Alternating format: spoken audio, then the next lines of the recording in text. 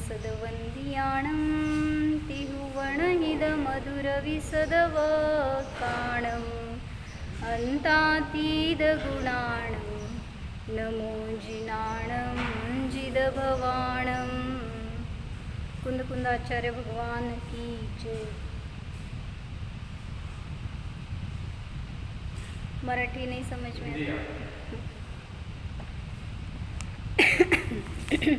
पंचास्तिका का स्वाध्याय चल रहा है, तो उसमें 5 भाव का प्रकरण चल रहा था। तो जो औदयिक, औपशमिक, क्षायिक, क्षायपशमिक ये भाव है, ये कर्म सापेक्ष है। कभी उदय की अपेक्षा है, कभी लेकिन निमित्त है सिर्फ। यहाँ पे उदय का निमित्त और वहाँ जीव के परिणाम वैसे हो गए, लेकिन कर्म के उदय की वजह से हो गए ऐसा नहीं है। हाँ, निमित्त है वो। तो कर्म का उदय निमित्त हो तो वहाँ उदयिक भाव कहे जाते हैं।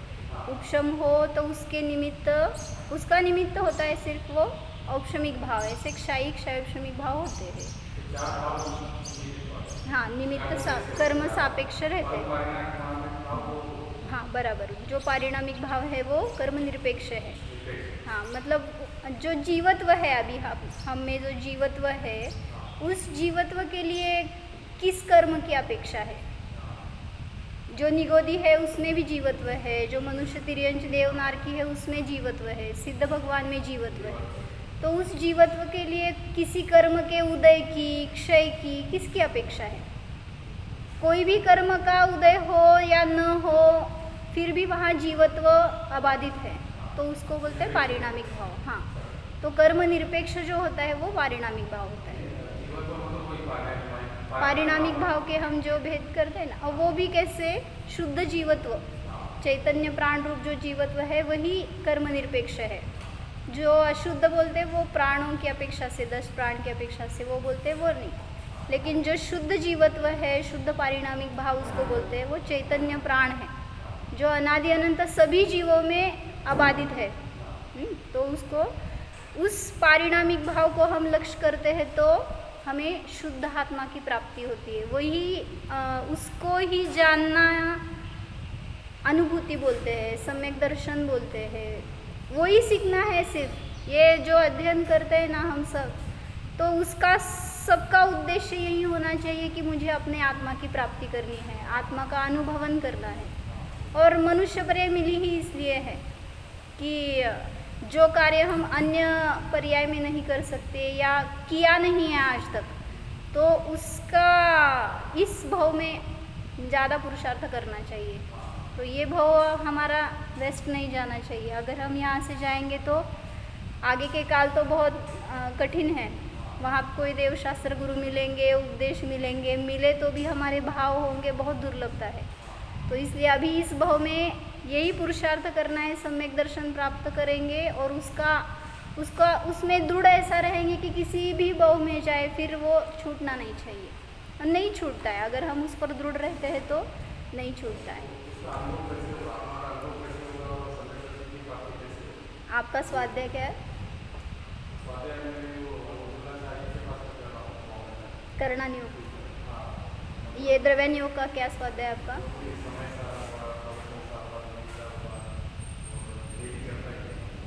अच्छा है। जो हम स्वाध्याय करते हैं ना, उसमें ध्यान का प्रयोग करना चाहिए। मतलब ऐसे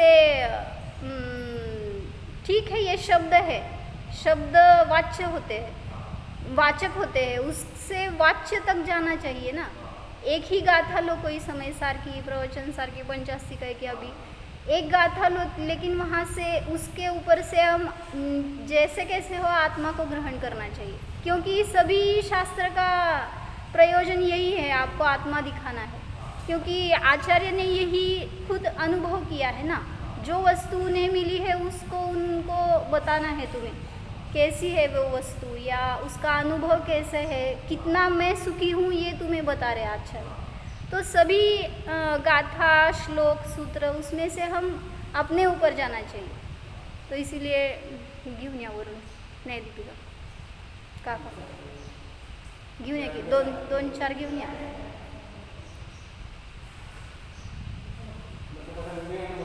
आना 2-4 आना. महाराज जी की न्यायदीपिका देखिए. वीर सागर महाराज जी ने अध्यात्म न्याय दीपिका लिखी है। हाँ, तो उसमें महाराज जी ने न्याय कैसे लगाया। न्याय यानी एक ज्ञान पर्याय है हमारी, जिसको न्याय समझ में आया ना उसको सभी जिनवाणी बहुत सुलभ जाती है। लेकिन मतलब प्रमाण नए निक्षेप इसके ऊपर से, या विषय साधन फल, इसके ऊपर से बहुत ही महाराज जी ने खुलासा करके स्पष्ट करके दिखाए। नहीं, लेकिन महाराज जी की जो स्टाइल है ना पढ़ाने की, या वो जो उन्होंने डिस्क्रिप्शन किया है वो पढ़ने जैसा है। चार्ट के माध्यम से, अध्यात्म भाषा, आगम भाषा, इसके माध्यम से ऐसे सब अपने ऊपर घटा के बताया है महाराज जी ने। तो उस पर से देखते हैं हम। अपने हाथ में है। नहीं, ऐसे नहीं, मतलब दोनों भी है। जैसे अष्टसहस्त्री में बताया, दैव और पुरुषार्थ दोनों भी कार्य करते हैं। ऐसे नहीं है कि हाँ फिर हम ऐसे बैठ जाए कि होगा, कभी तो होगा, तो ऐसे नहीं है। तो महाराज जी एक उदाहरण देते थे कि एक लड़का होता है, वो उसकी एग्ज़ाम्स चल रही होती है, तो वो एग्ज़ाम का पेपर दे के आ गया घर पे, तो बहुत टफ गया था उसको पेपर, तो वो रो रहा था। वो घर पे आने के बाद माँ ने पूछा क्यों रो रहा है, तो उसने बताया मुझे आज पेपर बहुत टफ गया, मैं फेल होऊंगा, क्या पता। तो माँ ने क्या बताया, जाने दो, जैसे होना था वैसे हो गया, अभी कल पेपर है तो उसका टेंशन मत लो, जो भी होगा देखा जाएगा। ऐसे उसने समझा के उसको स्थितिकरण करना चाहा था। रिलैक्स करो, ऐसे माता ने बताया। तो वो थोड़ी देर के बाद बाहर खेलते हुए दिखा, तो माता ने कान पकड़ के अंदर लाया और बोला तुझे स्टडी नहीं करनी क्या कल के पेपर की। तो वो क्या बोला, जो भी होगा देखा जाएगा ना, जैसा होना है वैसा होना है। तो वहाँ पे महाराज जी ने बताया भूतकाल के लिए दैव है, वर्तमान और भविष्य के लिए पुरुषार्थ आवश्यक है। तो आप ऐसे मत बैठ जाओ कि भूत के लिए दैव, हाँ, और भविष्य और वर्तमान के लिए पुरुषार्थ ही आवश्यक है। तो उसके लिए पुरुषार्थ करना चाहिए ना, ऐसे नहीं कभी किसी पर्याय में हो जाएगी अनुभूति, सम्यक दर्शन हो जाएगा, ऐसे नहीं। वर्तमान में हम पुरुषार्थ करेंगे तो होगी, जब कभी भी होगी, लेकिन होगी, लेकिन पुरुषार्थ हमें करना ही चाहिए। तो महाराज जी ने इस पे ये विशेष साधन फल दिखाया है, देखा है आपने।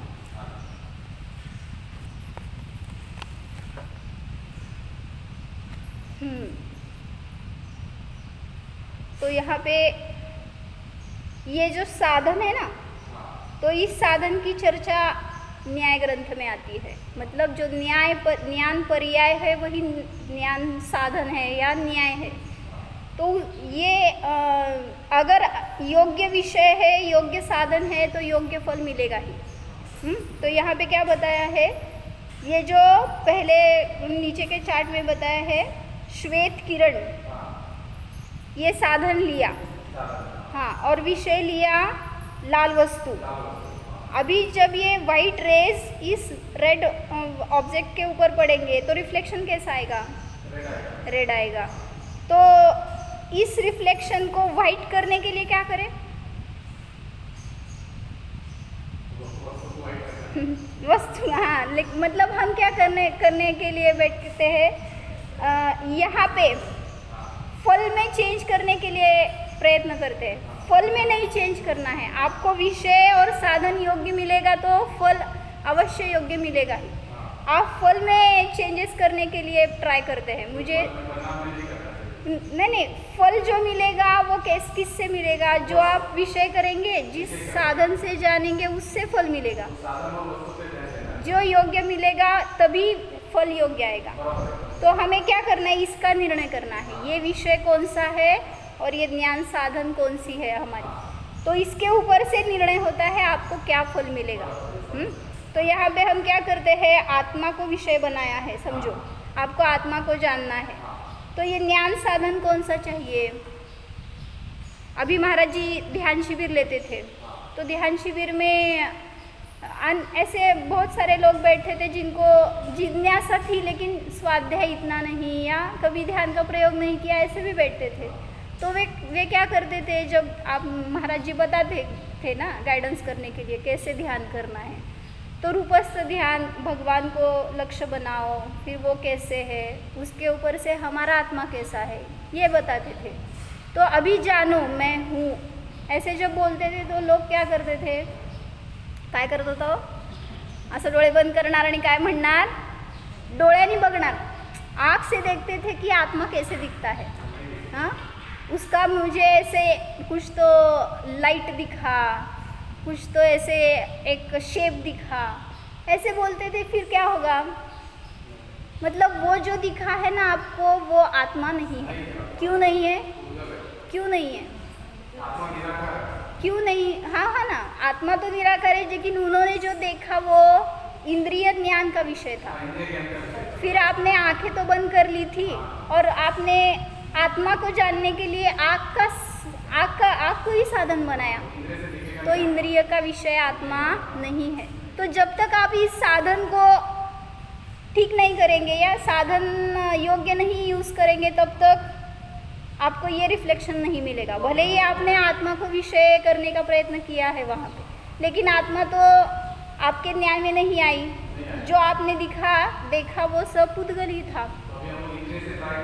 हाँ, यही तो हमारा आज तक एक तो ज्ञान साधन गलत हुआ है और विषय गलत हुआ है। विषय आपने इंद्रिय का ही चूज़ किया ना। जब आँख से देखने के लिए गए तो विषय रूप ही आया, कान से शब्द सुने, उसके द्वारा आत्मा को जानने के लिए प्रयास किया, तो शब्द ये पुद्गल ही हो गए ना, कान का विषय। तो इंद्रिय ज्ञान का विषय मूर्तिक ही है, अमूर्तिक विषय नहीं है। तो आत्मा कैसे दिखने में आएगा, मतलब उसको हम पकड़ नहीं सकते इंद्रिय से। तो हमें देखना है जो अतीन्द्रिय ज्ञान साधन है, यहाँ पे दिखाया है। पहले ये पढ़ते हैं हम। श्वेत किरण ये साधन लिया, और विषय लिया परवस्तु या लाल वस्तु। तो इसका एग्जाम्पल किसके द्वारा दिया है, मतलब किसके लिए दिया है, तो यहाँ पे लिखा है नीचे, साधन प्रमाण ज्ञान। अभी आपको प्रमाण और निर्णय की हाँ इन्फॉर्मेशन है। तो अगर ये ज्ञान साधन हमने प्रमाण लिया लेकिन विषय पर वस्तु लिया, तो इसके द्वारा जो रिफ्लेक्शन आएगा वो विषमता है। नीचे लिखा है ना विषमता। तो हमें चाहिए समता। यहाँ पे समता है, इसलिए आप क्या करते हैं, ये रब करने का प्रयत्न करते हैं। मुझे आनंद क्यों नहीं आ रहा, क्यों नहीं आ रहा। आप इधर देख रहे हैं फल, ये रिजल्ट क्यों नहीं मुझे मिला, मुझे अनुभूति क्यों नहीं आई। ये नहीं देख रहे कि हम विषय क्या बना रहे हैं और साधन क्या बना रहे हैं। वो गलत है तो आनंद कहाँ से आएगा।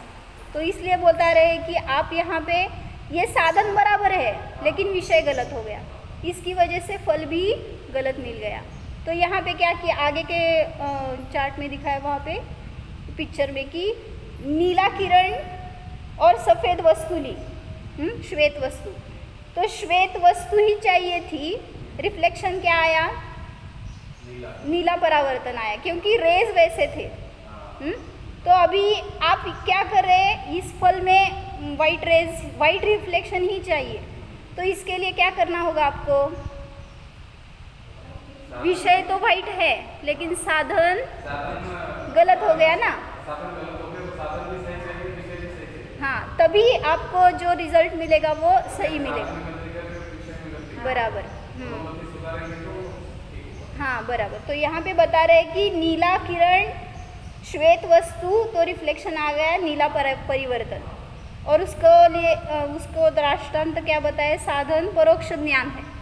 वो परोक्ष ज्ञान मतलब कौन सा ज्ञान, इंद्रिय ज्ञान या स्मृति प्रत्यभिज्ञान तर्क अनुमान, कोई भी जो परोक्ष ज्ञान है या किसी के शब्द सुनकर, ऐसे सभी परोक्ष ही है। तो ये इंद्रिय ज्ञान परोक्ष ज्ञान हो गया, इससे आप आत्मा को जान रहे हैं। तो रिफ्लेक्शन क्या आएगा, पढ़ो इसको, नीचे क्या लिखा है, फल विषमता ही है। फिर समता कैसे आएगी, कब आएगी, अगर आपने इंद्रिय का अवलंबन नहीं छोड़ा तो आपको आत्मा ये वस्तु नहीं मिलेगी। आत्मा कैसे मिलेगा, हाँ मुझे यही बता रहे ना। अभी यहाँ पे आपने प्रमाण ज्ञान ली, यानी प्रमाण जो भेद है उसमें क्या क्या आया, मति, श्रुत, अवधि, मनपरे और केवल ज्ञान है। तो हमारे पास कौन से ज्ञान है? प्रमाण ज्ञान, मति और श्रुत ज्ञान है। तो उसमें भी दो भेद है, एक सांव्यवहारिक प्रत्यक्ष है और एक पारमार्थिक प्रत्यक्ष है। तो किस ज्ञान साधन से आत्मा मिलेगा? तो महाराज जी ने यहाँ पे चार्ट बताया है, 7 नंबर का चार्ट है। तो उसमें बताया है कि जो अतीन्द्रिय प्रत्यक्ष प्रामाण्य सहित अतीन्द्रिय मति श्रुत ज्ञान है, उससे ही आत्मा को अगर आप विषय बनाएंगे तो आपको अनुभूति होगी ही। इतना कॉन्फिडेंस दिया है महाराज जी ने, अगर आप ये पढ़ेंगे तो आपको अनुभूति होगी ही। प्रत्यक्ष प्रामाण्य सहित अतीन्द्रिय मति श्रुत ज्ञान है ना, हमारे पास है, लेकिन हम उसका यूज नहीं कर रहे हैं। परोक्ष ज्ञान का यूज करते हैं, इसलिए मति श्रुत ज्ञान तो है, फिर उसका अवलंबन लेके हम क्या कर रहे हैं? इसके माध्यम से देख रहे हैं। जो जो इंद्रिय के माध्यम से, मन के माध्यम से आप जानेंगे तो वो परोक्ष हो गया। जो ये इंद्रिय के माध्यम से होगा वो परोक्ष होगा। और ऐसे तो हम सांव्यवहारिक प्रत्यक्ष, मतलब अभी ये भिंड है, ये जमीन है, ये देख रही हो, सांव्यवहारिक प्रत्यक्ष हो गया। और परोक्ष यानी स्मृति, प्रत्यभिज्ञान, तर्क, अनुमान, वो परोक्ष हो गया। ये इंद्रिय की सहायता लेने के बाद उसको परोक्ष ही बोलते हैं। और जो इंद्रिय निरपेक्ष है वो ज्ञान प्रत्यक्ष है। तो प्रत्यक्ष ज्ञान भी हमें है, नहीं ऐसे नहीं, कर सकते हैं हम उसका अवलंबन। तो वही बता रहे ना, अगर आप एक एग्जाम्पल, अभी एक लड़का आया, बहुत दिन के बाद लड़का आया घर में, और माँ को बहुत आनंद हो गया, कहीं परदेश गया था शायद, और वो आया घर पे, तो उसको बहुत आनंद हो गया माता को। कहाँ आनंद हुआ? कैसे आनंद हुआ? कुठं होतं आहे हो सांगा? डोक्यात होतं आहे, कानात होतं आहे, नाकात होतं आहे, कुठं होतं आहे? हाँ, फिर वो निर्णय कैसे किया उसने? मुझे आनंद हो गया है या मैं आनंदी हूँ, ये कैसे जाना उसने? ज्ञान है ना वहाँ पे, नहीं ऐसे नहीं है। किसी इंद्रिय के माध्यम से अगर वो ग्रहण हो गया तभी वो ज्ञान है, ऐसे नहीं है। तो वो उसका अनुभव है ना, वो गाढ़ता सहित है तो प्रमाण ज्ञान है बोलते हैं। और वो अगर नए ज्ञान में जाएंगे तो वो उसके अलग हो, नहीं ठीक है ना। राग में एक एग्जाम्पल बताया मैंने, मतलब हम इंद्रिय के माध्यम से ही अगर आप ज्ञान की परिभाषा करते हैं तो ये तो अतीन्द्रिय ही हो गया ना, मतलब एक एग्जाम्पल। हाँ हाँ ठीक है, देखा ऐसे ही नहीं, अभी आने वाला है, आज आने वाला है, 8 बजे आने वाला है, अभी 8 बजे नहीं है, आनंद हो गया ना उसको, अभी आ रहा है। फिर देखा क्या किसी इंद्रिय से, उसको छुआ, क्या हुआ? तो वो ज्ञान से देखा, वही बता रहे थे। फिर ज्ञान ही आनंद का कारण है ना। तो आप क्या कर रहे हैं? ये इंद्रियों में उसको फिक्स कर रहे हैं, या क्या बोलते हैं, उसको अटका रहे हैं इंद्रिय से ही, और उसके ही माध्यम से आप जानने का प्रयत्न कर रहे हैं, इसीलिए आपको नहीं हो रही है अनुभूति।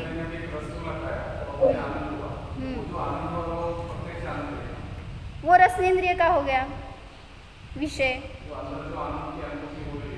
ठीक है। रसनेन्द्रिय के माध्यम से आपने जाना उसको, मतलब रसनेन्द्रिय से टेस्ट किया, और फिर जो अच्छा है बुरा है इसका निर्णय ज्ञान करेगा, रसनेन्द्रिय तो नहीं करेगा।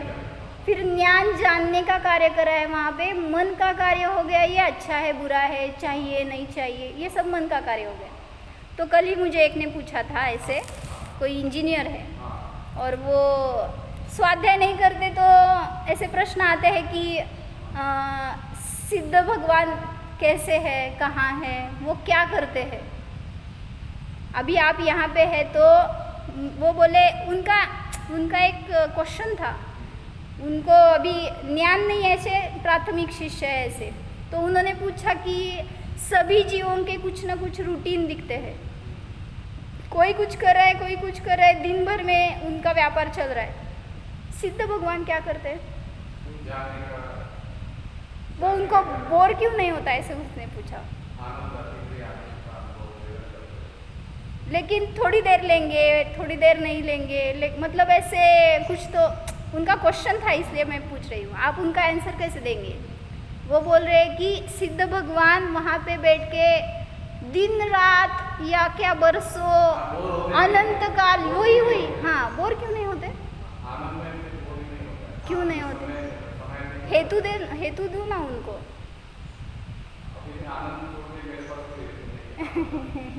मतलब जहाँ पे इंद्रिय का अवलंबन है वहाँ पे थकान है, वहाँ पे चेंज मांगता है वो विषय या साधन, लेकिन उनके पास वो एक तो सिद्ध भगवान इंद्रिय का विषय ही नहीं है, हाँ, और किसी विषय पर वो डिपेंडेंट नहीं है। तो हम क्या करें, वही हमारी गलती है ना। हम विषय से आनंद प्राप्त करने का प्रयत्न कर रहे हैं या किसी अलग अलग साधन से कर रहे हैं, ये भी नहीं होगा फिर। तो इसीलिए बता रहे हैं, यहाँ पे तीसरा चार्ट बताया ना, श्वेत किरण, श्वेत वस्तु, इसके रेज अगर आपने इस वस्तु पे डाले तो रिफ्लेक्शन क्या आएगा? वाइट आएगा। तो आपको वाइट रिफ्लेक्शन चाहिए था, लेकिन आपने यहाँ पे गड़बड़ कर दी थी दोनों टाइम। तो यहाँ पे आप अभी साधन में क्या हो गया? प्रामाण्य सहित प्रत्यक्ष ज्ञान, उसके माध्यम से जो निज ध्रुव शुद्धात्मा है उसको विषय बनाया, तो रिफ्लेक्शन क्या आया वहाँ पे? फल समता। तो आपको करना क्या है? सिर्फ अपना जो ज्ञान है उस ज्ञान को अपने आत्मा के साथ, उस ज्ञान से आत्मा को जानना है, बस। यहाँ पे सम्यक दर्शन फल मिलेगा ही।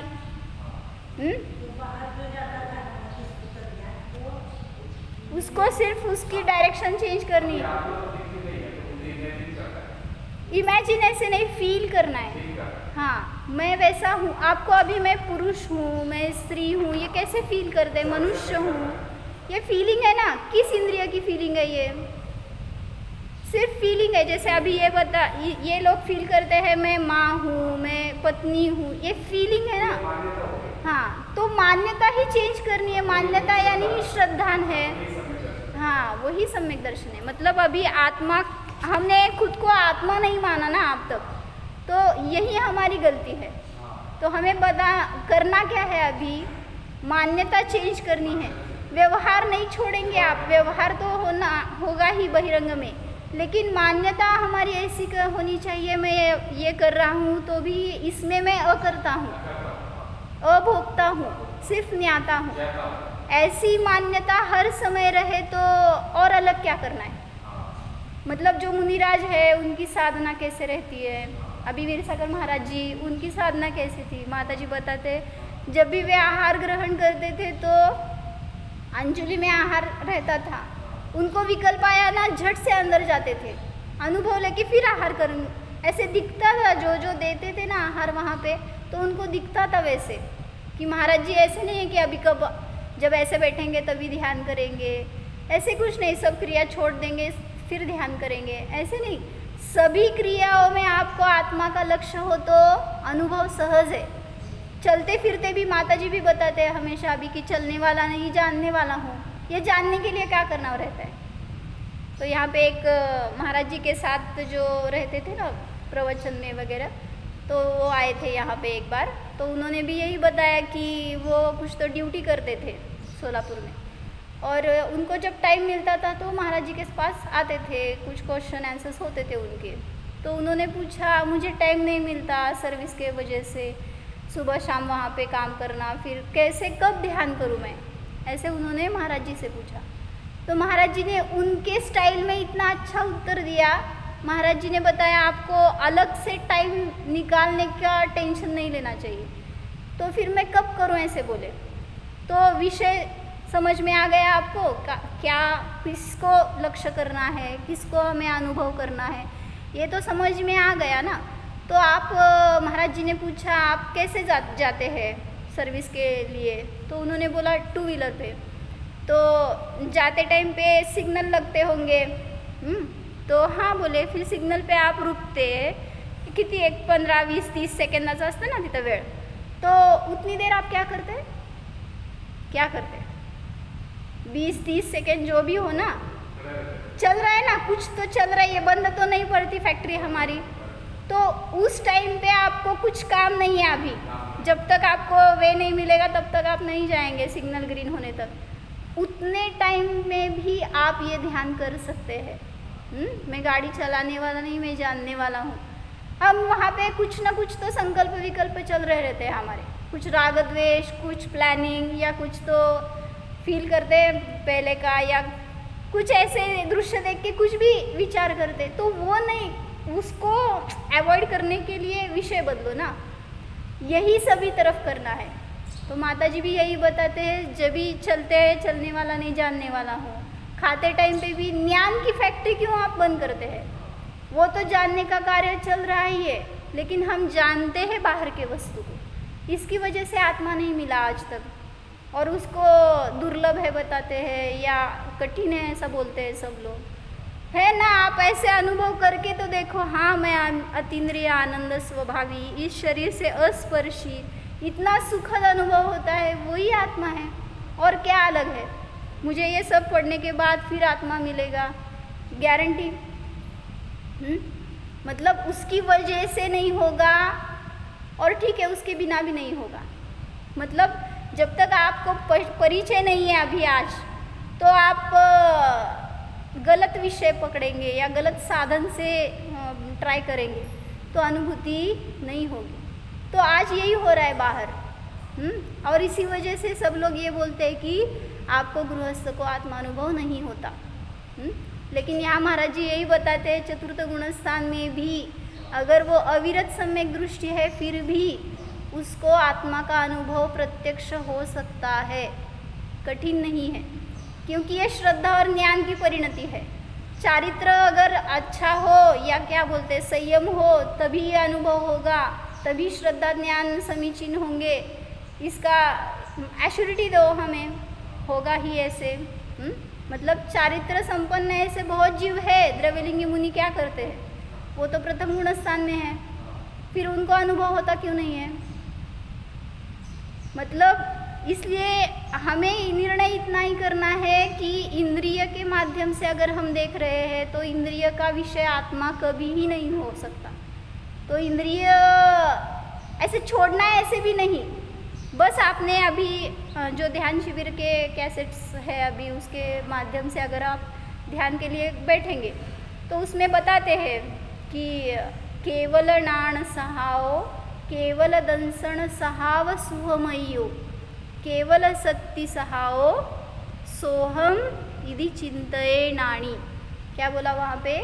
केवल नाण सहाओ, आत्मा कैसा है? केवल ज्ञान स्वभावी है, केवल दर्शन स्वभावी है।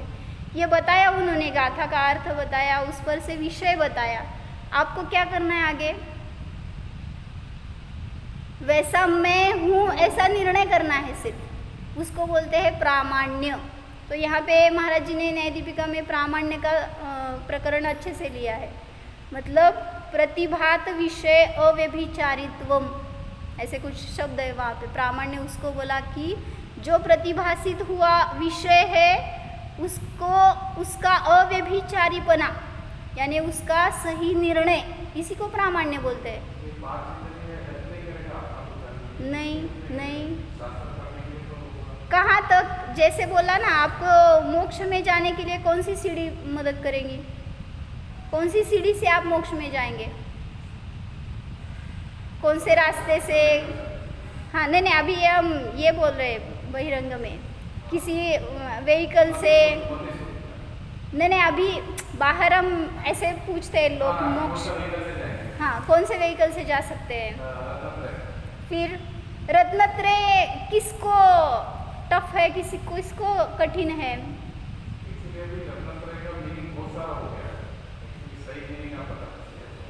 सम्यक दर्शन, सम्यक ज्ञान, सम्यक चारित्र।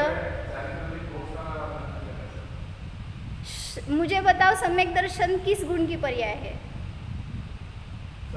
श्रद्धा गुण की पर्याय। सम्यक ज्ञान, ज्ञान गुण की पर्याय, और सम्यक चारित्र, चारित्र गुण की पर्याय है। सभी जीवों के पास श्रद्धा, ज्ञान और चारित्र है। सिर्फ उसकी परिणति समीचीन है या मिथ्या है। जहाँ तक वो अभी आज तक आत्मा को नहीं जाना है उसने, तब तक तो वो मिथ्या परिणति चल रही है। और जिस समय आपने निर्णय बना लिया कि मैं आत्मा हूँ, जानने वाला हूँ, उसका अनुभव कर लिया, तो वही समीचीन हो गए ज्ञान। श्रद्धा, ज्ञान, चारित्र युगपत समीचीन हो गए। मतलब वहाँ पे करना कुछ नहीं है बहिरंग में। बहुत मैंने व्रत तप उपवास कर लिए तब मेरी श्रद्धा और ज्ञान समीचीन हो गई, ऐसे तो नहीं है। बस ज्ञान मान्यता बदल गई ना, जहाँ पर मैं आत्मा हूँ ये शरीर नहीं हूँ, ये मान्यता जहाँ बदल गई वहाँ श्रद्धा और ज्ञान युगपत समीचीन होते। तो आंशिक का रहना, आंशिक हो या पूर्णतः हो ये अलग बात है, लेकिन आंशिक शुद्धि तो आ गई उसमें। जहाँ श्रद्धा समीचीन हो गई वहाँ ज्ञान भी समीचीन हो गया और चारित्र में उतने अंश से समीचीनता आ गई।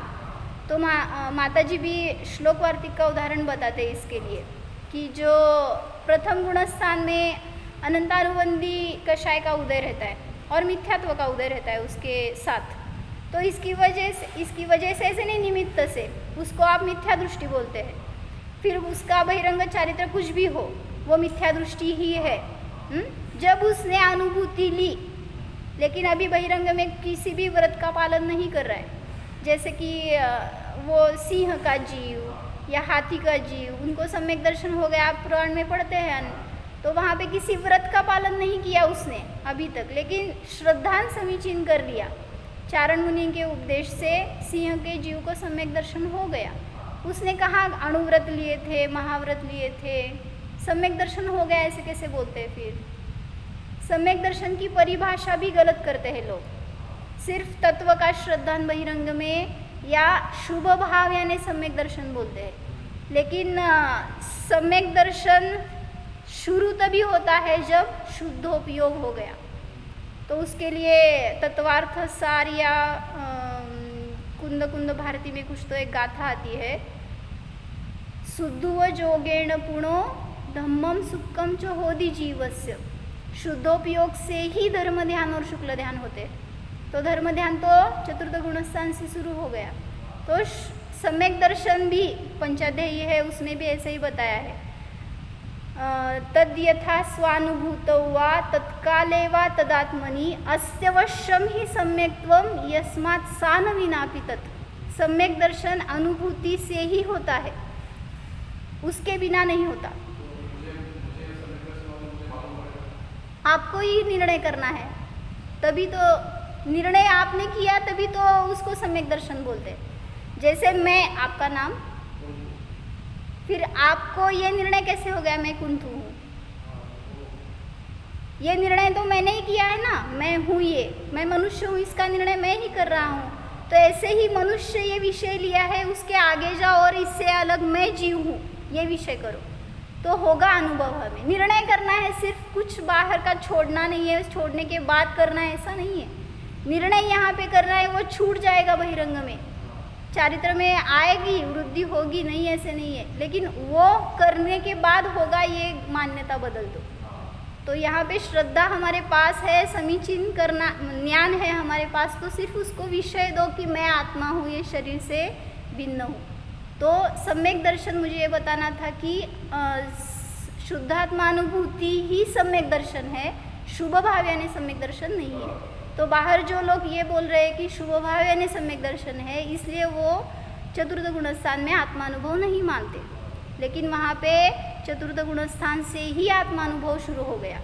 तो चारित्र पर से निर्णय मत करो, पहले श्रद्धान समीचीन हो गया तो बहिरंग में ज्ञान, चारित्र, अनंत गुणों में आंशिक विशुद्धि हो गई वहाँ पे, ऐसे बताया उन्होंने। अभी वो निर्णय उनका वो करे, बराबर है। शास्त्र में जो बताया है वैसे ही योग्य है ना, हम अपने से बताएंगे तो छद्मस्तवीत वस्तु तो योग्य नहीं है। तो वहाँ पे जितना अनंतानुबंधी का उदय तो पहले गुणस्थान में ही है, उसके बाद चतुर्थ गुणस्थान में अनंतानुबंधी का उदय है या नहीं है? चौथा में नहीं है। तो वो क्या कार्य करता है अनंतानुबंधी कषाय? अनंत संसार को अनुबंधी बांधने वाला वैसा कषाय, वो परिणाम पहले गुणस्थान वर्ती मिथ्या दृष्टि के पास है। जब उसने निर्णय किया मैं जानने वाला हूँ, इससे भिन्न हूँ, चौथे गुणस्थान में आ गया तो ये अनंतानुबंधी का उदय तो अनुदय में गया, एक तो वो उपशमित हो गया, क्षयक्षम हो गया, उसका उदय तो नहीं है। मतलब चारित्र में उतनी आंशिक शुद्धि भी आ गई है, जो वो घात कर रहा था अनंतानुबंधी कषाय चारित्र का, उसका अभाव हो गया, यानी उसकी वजह से जो कुछ मलिनता हो रही थी निमित्त से, तो वो भी दूर हो गई ना, तो उतना चारित्रो प्रकट भी हो गया। इसलिए श्लोक वार्तिक में बताया है चतुर्थ गुणस्थान वर्ती के पास चारित्र भी है, अचारित्र वाला नहीं है वो जीव। पहले गुणस्थान वाला जैसे अचारित्र वाला है वैसा अचारित्र चतुर्थ गुणस्थान वर्ती के पास नहीं है, वो भी चारित्र सहित ही है। इसलिए रत्नत्रय आ गया कि नहीं, सम्यक दर्शन, सम्यक ज्ञान और सम्यक चारित्र है, उसी को सम्यक दर्शन बोलते हैं, उसी को आत्मानुभव बोलते हैं, या उसी को स्वसंवेदन बोलो, स्वसंवित्ति बोलो, ऐसे शब्द आते हैं। तो ऐसे हमें निर्णय करना है इतना ही, निर्णय नहीं करते इसलिए आज तक अभी बाहर है। इसलिए सिर्फ इतना करो, जो कुछ पढ़ा है ना उसमें से आत्मा कहाँ बताया है और वो मैंने देखा है या नहीं। अभी शब्द ज्ञान बढ़ाने की कोशिश कर रहे, ये नहीं, आपको खुद तक नहीं ले जाएगा ये। उसका अवलंबन भी कहाँ तक, सिर्फ वाचक है वो, उसके आगे जाके वाच्य देखना पड़ता है। हाँ, तो माता जी बताते हैं ये जो लिखा रहता है ना इसमें भी गैप क्यों रहती है, ये गैप भी बताती है कि उसका वाच्य पकड़ो। 2 लाइन में गैप रहती है, वो क्या बताती है, जो हमें वहाँ पे बताना है वो भाव ग्रहण करो ना, नहीं तो सिर्फ शब्द में ही रहेंगे तो वो द्रव्य श्रुत हो गया। तो 11 9 पूर्व तक तो मिथ्या दृष्टि अभव्य जीव भी जाता है, तो द्रव्य श्रुत को नहीं बढ़ाना है हमें, भाव श्रुत करो। जो भी आप पढ़ते हैं उसमें से मैं आत्मा हूँ इसका निर्णय करो। सुलभ है, बहुत अच्छा है, यानी हम कर सकते, पॉसिबल है, इम्पॉसिबल ऐसा कुछ नहीं, बस उतना ही। हाँ, अभी ज्ञान तो हो गया है, शब्द परिचित हो गए हैं, सिर्फ प्रैक्टिकल करना है अभी। तो महाराज जी प्रैक्टिकल ही बताते थे, कुछ भी करो आप लेकिन प्रैक्टिकल करो, होगा आपको। अच्छा है, अच्छा है। हाँ, माता जी बताएंगे तो आपको तो उसी समय हो जाएगी ऐसा हमें लगता है फिर मतलब पात्र जीव है तो आपको योग्य स्थान मिला है। अच्छा है ना, अच्छा है।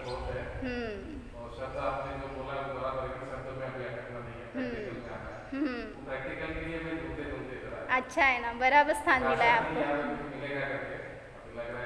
अच्छा है नहीं, माता जी का आपने अभी सुना नहीं है इसलिए आप अभी सुनेंगे तो आप तृप्त हो जाएंगे, ऐसा है।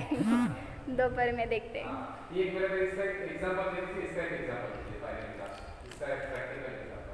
अभी प्रमाण ज्ञान बोला है ना, तो मतलब यहाँ पे क्या किया, विषय पर वस्तु लिया है। मतलब अभी मति श्रुत ज्ञान से आपने क्या किया, पर वस्तु को विषय बनाया। कुछ भी अभी भगवान की मूर्ति ले ली, उस मूर्ति की लक्ष्य करके उसको जान रहे हैं प्रमाण ज्ञान से, और यहाँ पे आपको आनंद नहीं आ रहा है, अभी अतीन्द्रिय आनंद ये विषय ले, नहीं तो अलग विषय लो। आपने मोबाइल या कोई घर या धन ऐसा विषय बनाया और उस पर से आनंद चाह रहे हैं, कोई भी वस्तु नहीं मिलेगा।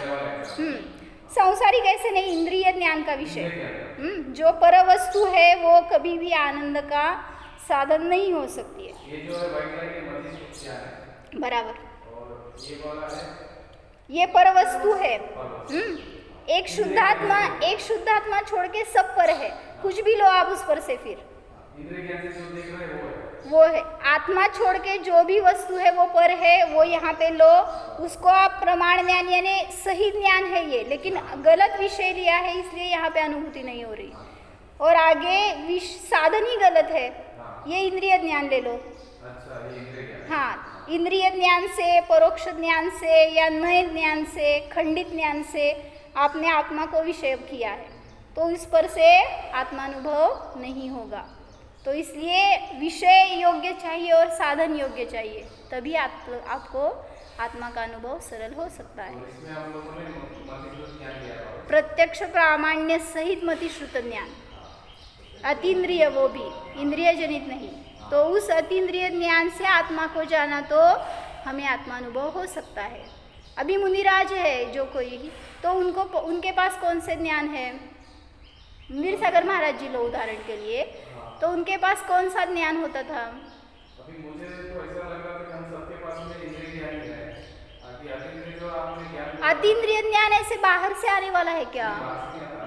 हाँ, अभी आप ये छोड़ो गृहस्थ है या त्यागी है ऐसे, मैं पूछ रही हूँ जो भी अभी इस काल में जीव है उनके पास कौन सा ज्ञान है? मतिश्रुत ज्ञान है। महाराज जी के पास मतिश्रुत ज्ञान ही था, तो उन्होंने जो हम ज्ञान का विषय बाहर का कर रहे हैं, उन्होंने ज्ञान का अंदर का विषय लिया, उसी ज्ञान से मतिश्रुत ज्ञान ही है, लेकिन आपने इन विंडोज के द्वारा बाहर छोड़ दिया ज्ञान को। खुद को देखना, अंदर मतलब अभी क्या अंदर क्या बाहर, ज्ञान को ज्ञान से देखना, ज्ञान से ज्ञान को देखना, बस वही अतीन्द्रिय ज्ञान है। मतलब हम जो उनके पास बाहर से नहीं आए ना, वो अतीन्द्रिय ज्ञान है ना अपने पास, लेकिन जो नहीं है वो हम खोज रहे हैं, कर नहीं रहे हम। हाँ, मतलब उसको विषय नहीं कर रहे, उस ज्ञान से आत्मा को विषय नहीं कर रहे, तो अतीन्द्रिय ज्ञान का हमें अनुभव नहीं हो रहा है। हाँ हाँ, बस उतना ही। मतलब ये एग्जाम्पल्स तो पता है बाहर का, अभी जो मैंने बताया कि लड्डू खाया तो या वो लड़का आया तो आनंद तो फील हो रहा है ना अभी किसी भी, यानी और एक उदाहरण लिया वो कि जैसे उस लड़के का विवाह फिक्स हो गया, एंगेजमेंट हो गई, अभी तो संबंध कुछ नहीं हुए, लेकिन आनंद का अनुभव, मतलब उसी टाइम से आनंद को वो फील कर रहा है। अभी देखा नहीं, छुआ नहीं, कुछ सुना नहीं शब्द, लेकिन एंगेजमेंट से काका अजून लग्न होईपर्यंत सांगा त्या मुलाची परिणती। हाँ, मतलब वो फीलिंग किसी इंद्रिय के अधीन नहीं है, वो ज्ञान की फीलिंग है। ये ऐसे ही सिर्फ ज्ञान से फील करना है हमें, मैं हूँ बराबर। श्रद्धा और ज्ञान है ना, उसको सिर्फ अपना आत्मा विषय मिल गया तो समीचीन हो जाते हैं वो बराबर। ज्ञान से हम विषय जहाँ कर रहे, वो समय सार की गाथा बताई ना 17-18 नंबर की, कौन सी काय सुरुवात, जहनाम कोवी पुरिसो रायाणम जाणीऊन सद्दहदी स्तोतम अनुचरदी पुणो अथथ्योपयत्तेन। जैसे कि कोई पुरुष राजा को जाणीऊन सद्दहदी, जान करके श्रद्धान करता है, यही राजा मुझे अर्थ देगा, धन देगा।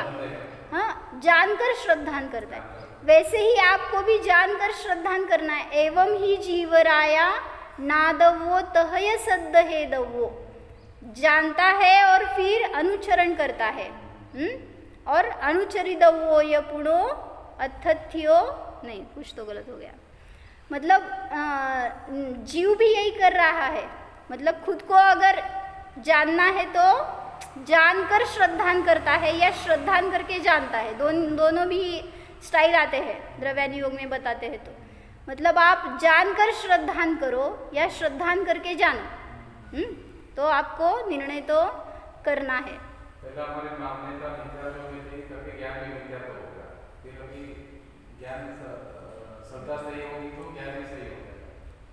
ज्ञान सही होगा तो श्रद्धा भी सही होगी।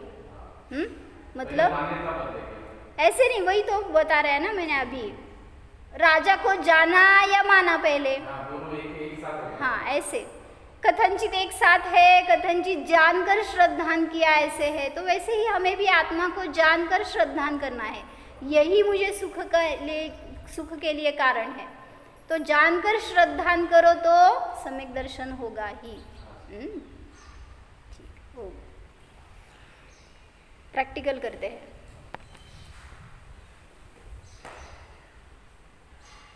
ओम जानो, स्वयं को शुद्ध आत्मा जानो। यह मैं आत्मा शरीर में रहकर भी शरीर से अस्पर्शी हूँ।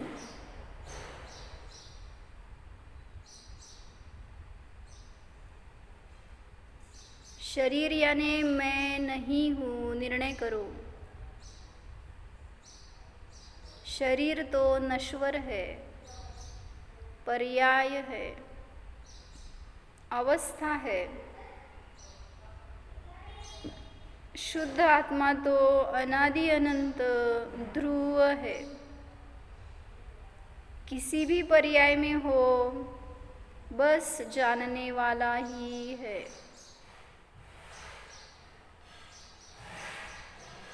जाननहार स्वरूपोऽहम् अशरीरी ज्ञायक स्वरूपोऽहम्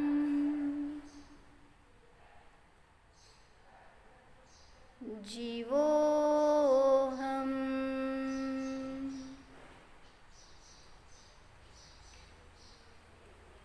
ओम